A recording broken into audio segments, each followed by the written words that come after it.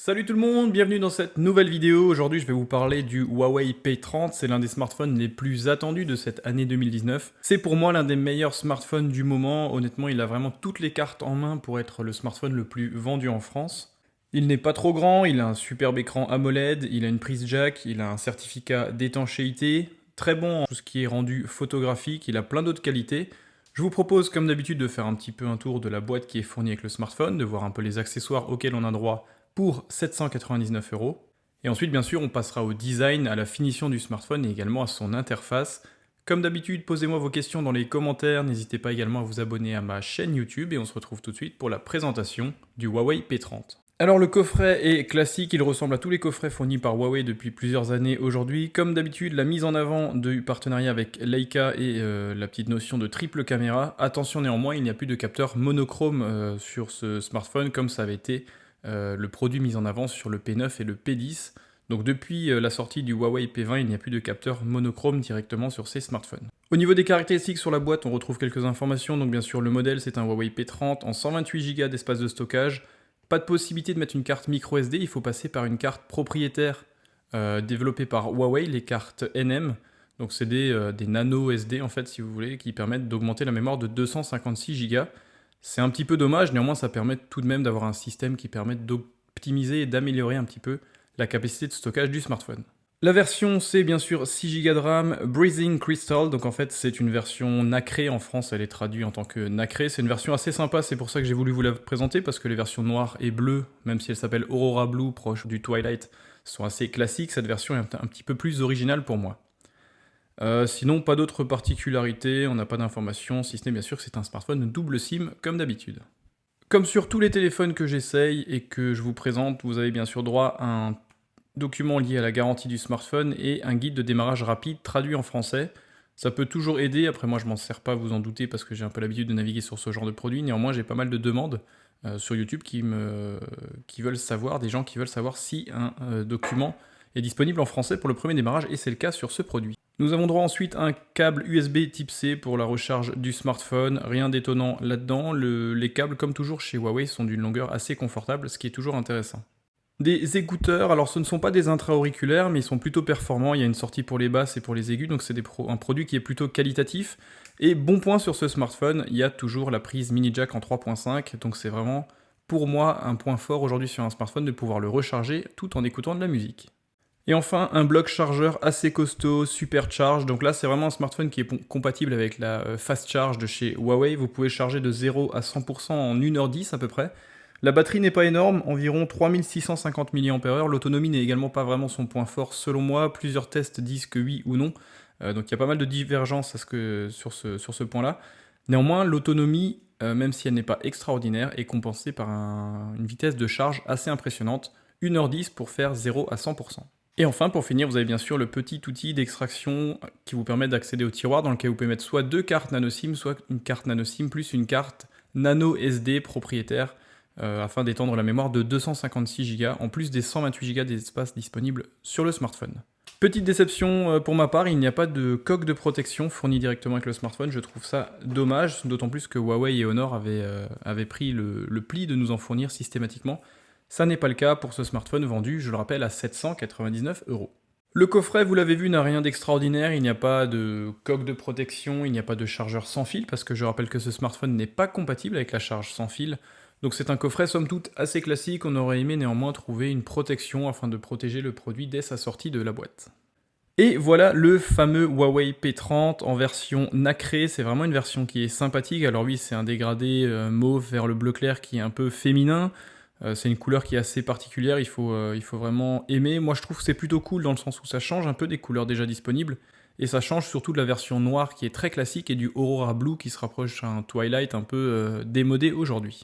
Donc pour ce qui est des triples capteurs photo, vous avez le capteur principal qui est un capteur de 40 mégapixels avec une ouverture à f1.8, une stabilisation optique et numérique qui donne des clichés vraiment propres, vraiment très agréables, il y a beaucoup de détails. C'est vraiment un smartphone qui produit des photos agréables en toutes circonstances. Un second capteur qui lui s'apparente à un téléobjectif, donc c'est un capteur de 10 mégapixels avec une ouverture à f2.4, donc un petit peu moins lumineux, mais ça n'est pas déconnant dans le sens de l'utilisation de ce type de capteur, avec un système de stabilisation optique et numérique également, donc 10 mégapixels f2.4.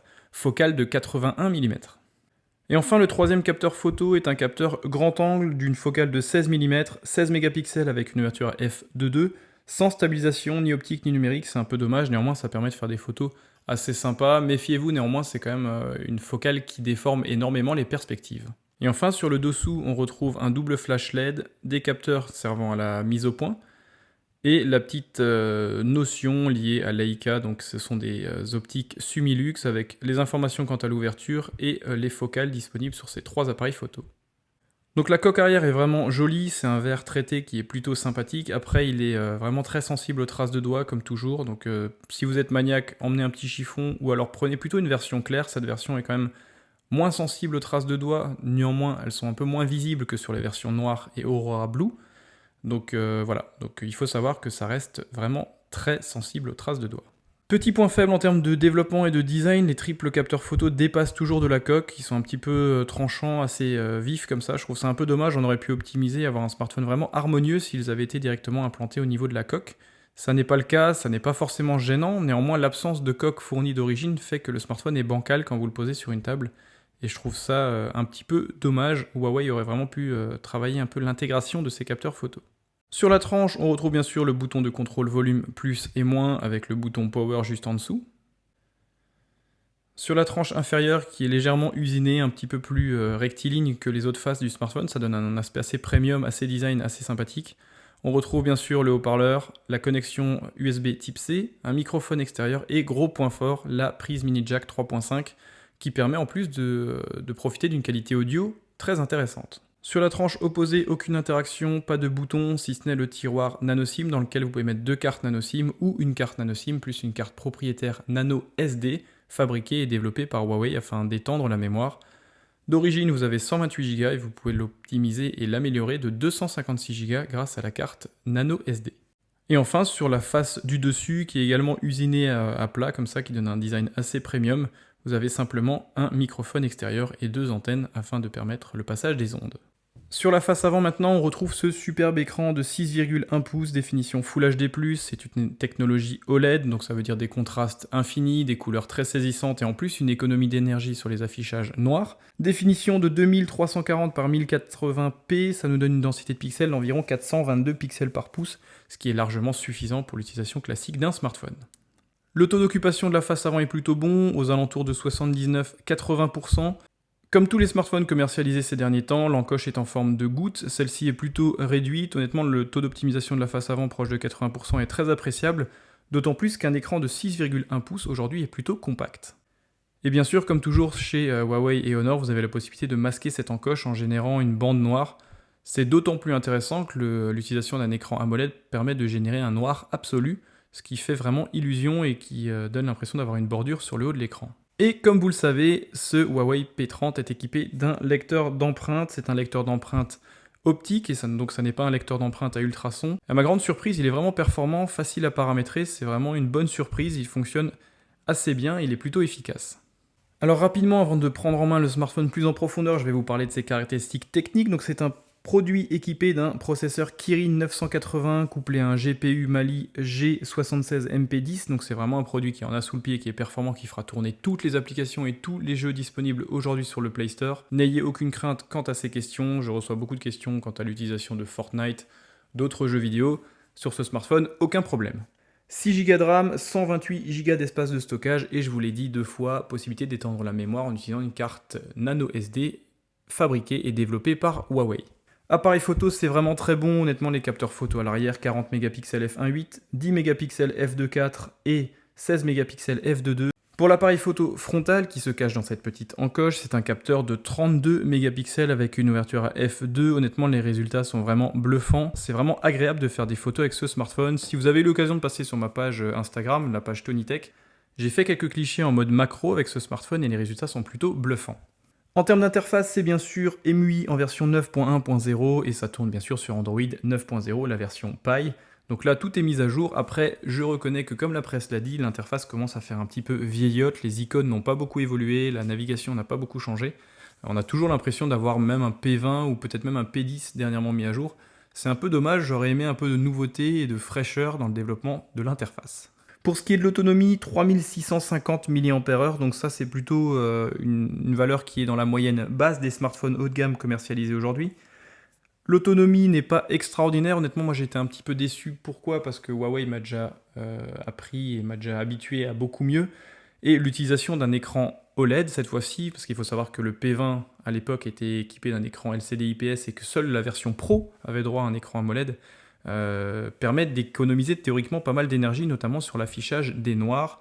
C'est en ce sens que vous avez la possibilité d'afficher un système Always On propre à ce que Samsung développait sur ses smartphones. Donc je suis un petit peu déçu, sachant que toute cette technologie mise en place, j'aurais espéré une autonomie un petit peu supérieure. Néanmoins, il se rattrape, le temps de charge de 0 à 100% est d'environ 1h10 avec le bloc chargeur fourni d'origine, et ça c'est plutôt intéressant. Précision, il n'est pas compatible avec la charge sans fil. En termes de connectivité, c'est vraiment un smartphone complet. Vous avez bien sûr un module NFC, Bluetooth 5.0, connexion en USB type C plus mini jack 3.5 qui en plus est très qualitative. Dual SIM, possibilité de rajouter une carte nano SD.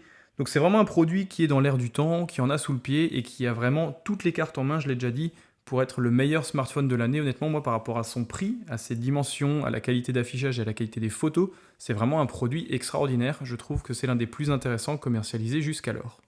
Pour ce qui est du prix, 799 €, 3 versions disponibles, je vous en ai parlé, Aurora Blue, Black et cette version nacrée qui est assez sympathique même si il faut s'habituer à la couleur.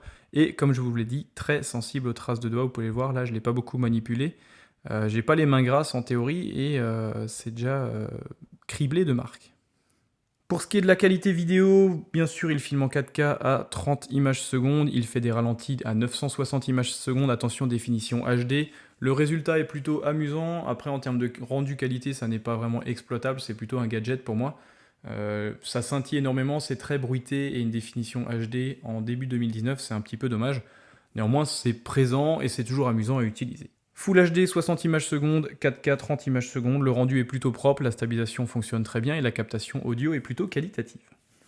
Et enfin pour finir en termes de caractérisation de ce smartphone, et ensuite je vous le présente un petit peu plus en termes de design et de navigation, il est certifié IP53. Alors là on n'est pas sur une norme IP67 ou 68 comme Samsung et d'autres constructeurs nous ont habitués. IP53 c'est pas énorme, alors le 5 veut dire protégé contre les poussières et autres résidus microscopiques.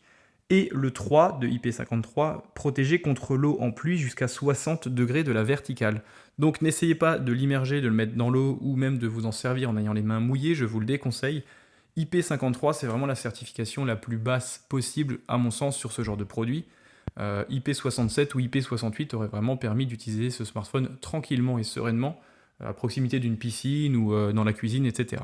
Donc vous l'avez compris, c'est vraiment un smartphone qui est très intéressant de par ses performances, donc un excellent écran, honnêtement c'est vraiment un superbe écran, en plus 6,1 pouces, c'est vraiment une dimension appréciable, ça nous donne une belle densité de pixels, et en plus ça le rend assez maniable, assez étroit. Il fait 165 grammes, donc c'est un produit plutôt agréable à utiliser à une main.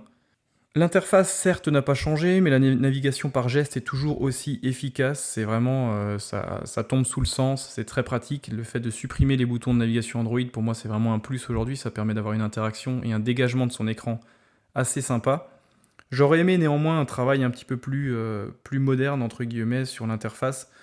Évoluer, vraiment avoir un delta entre le P20 et le P30, ce qui n'est pas le cas sur ce smartphone.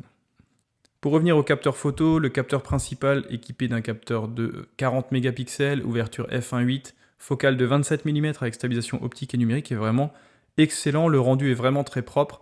Il y a beaucoup de détails, il est en plus très très bon en macro photo, j'ai fait quelques clichés qui sont disponibles sur ma page Instagram.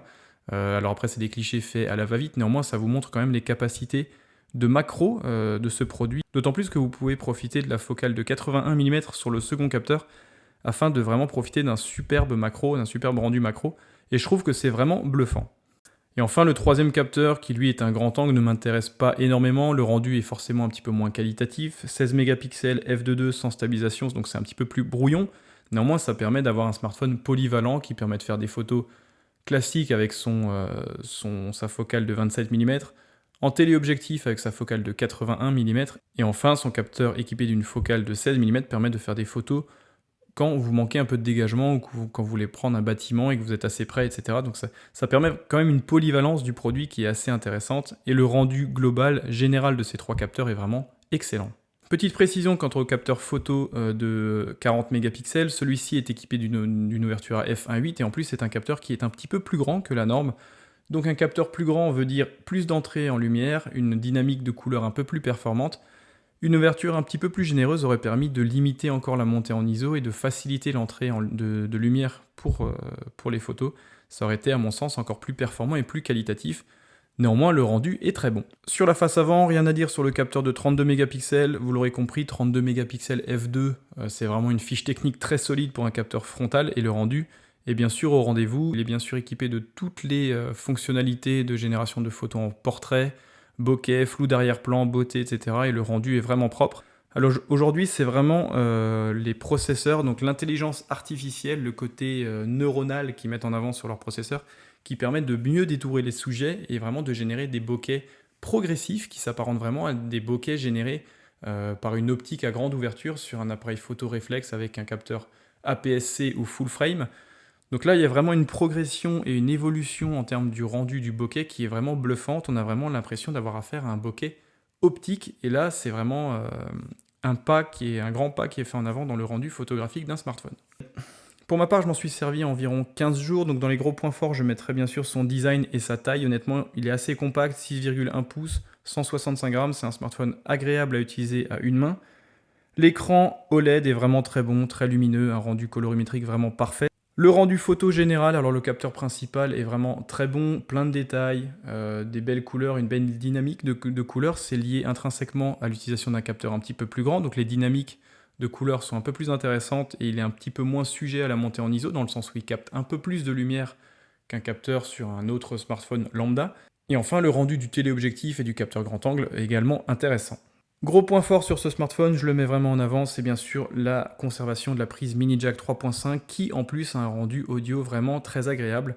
Ça c'est vraiment un gros point fort aujourd'hui de pouvoir charger son smartphone, écouter de la musique et en plus de bénéficier d'un son agréable. Et enfin, petit point fort, c'est vraiment la certification IP53, donc ça ne le protège pas de l'immersion, ne le mettez pas dans l'eau, ne l'utilisez pas forcément avec les mains trempées. Néanmoins, c'est quand même une petite certification d'étanchéité, il y a quand même des joints qui sont mis en place autour des caches, qui permet de se rassurer un petit peu lorsqu'il y a une pluie d'orage ou ce genre de choses, vous pouvez l'utiliser quand même plutôt sereinement.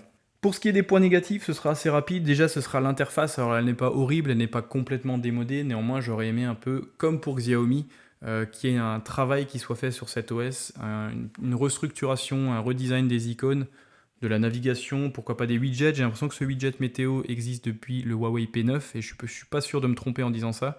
Donc j'aurais aimé un petit peu du renouveau, un petit peu perdre mes repères en utilisant ce smartphone et ça n'est pas le cas.